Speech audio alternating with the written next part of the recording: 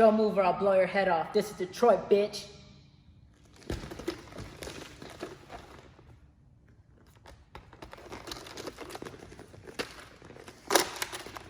Why did I do that? I got my glove stuck. Keep it filming. I got my glove stuck. It's stuck. Oh. Fuck. All right, Give the weapon to the professor. Don't move or I'll blow your head off. This is Detroit, bitch.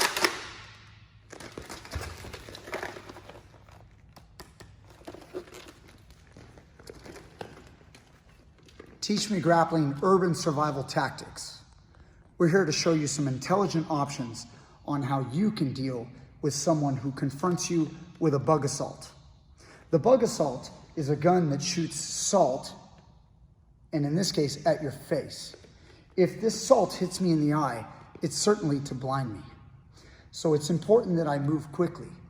Now, go ahead. You can cock the weapon again. If they're this close and they're holding the gun at you, what you want to do first is realize that it takes her 0.02 of a second in order to pull the trigger, but it only takes me 1,000th of a second in order to move out of the way. First, I move out as I deflect and move the barrel away from my face in order for the salt to not hit. You can pull the trigger now. I meant the trigger, not the cocking of the gun. Very good. Next, I will move towards her back, which gives me an angle so I can flank her. I change off, pushing the gun.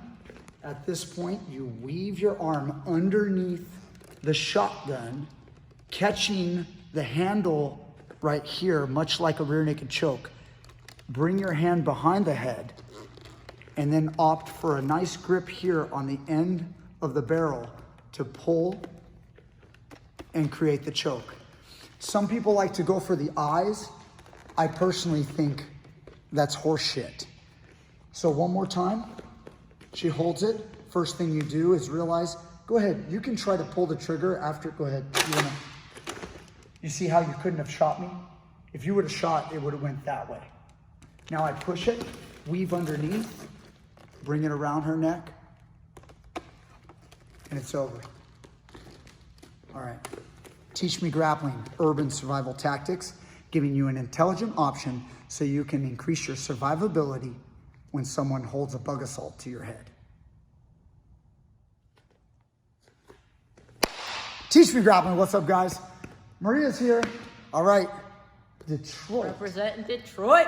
Yeah. All right, guys, we're gonna give you guys some self-defense.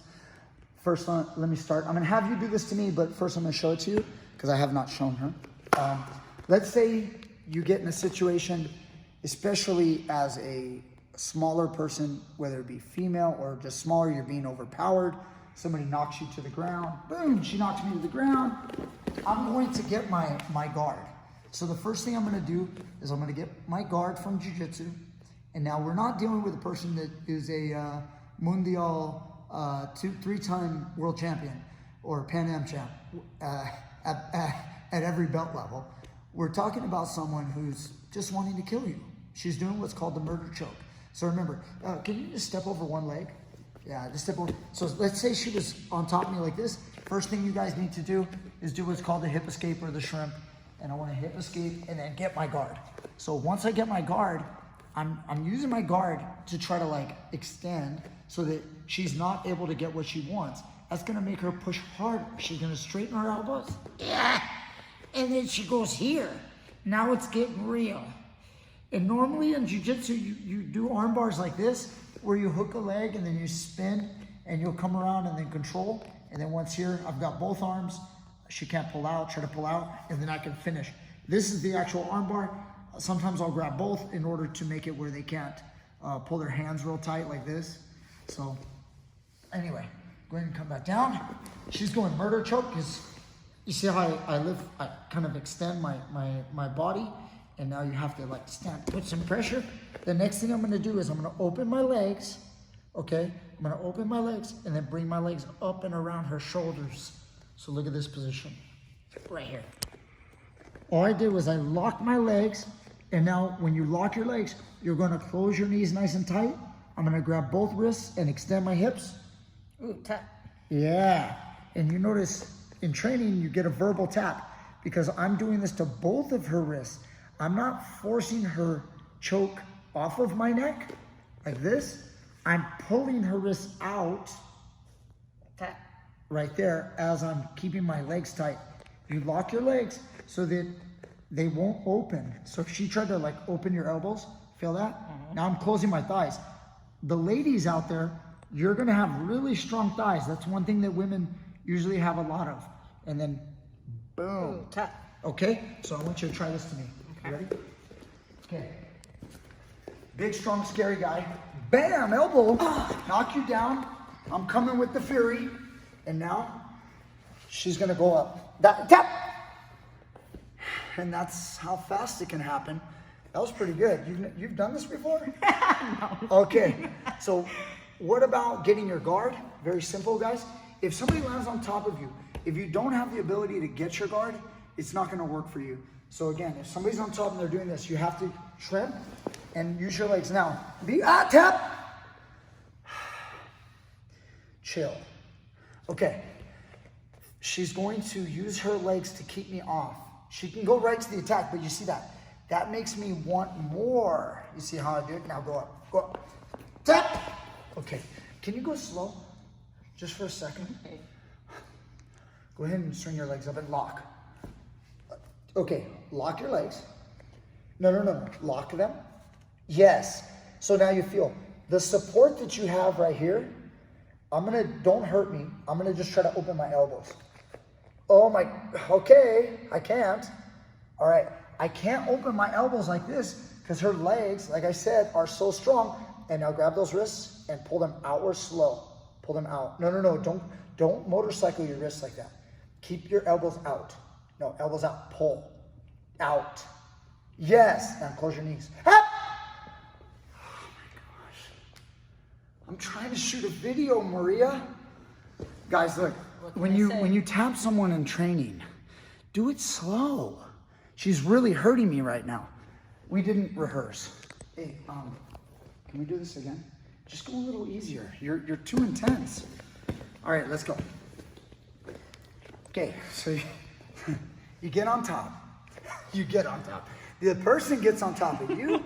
They're trying to murder choke you.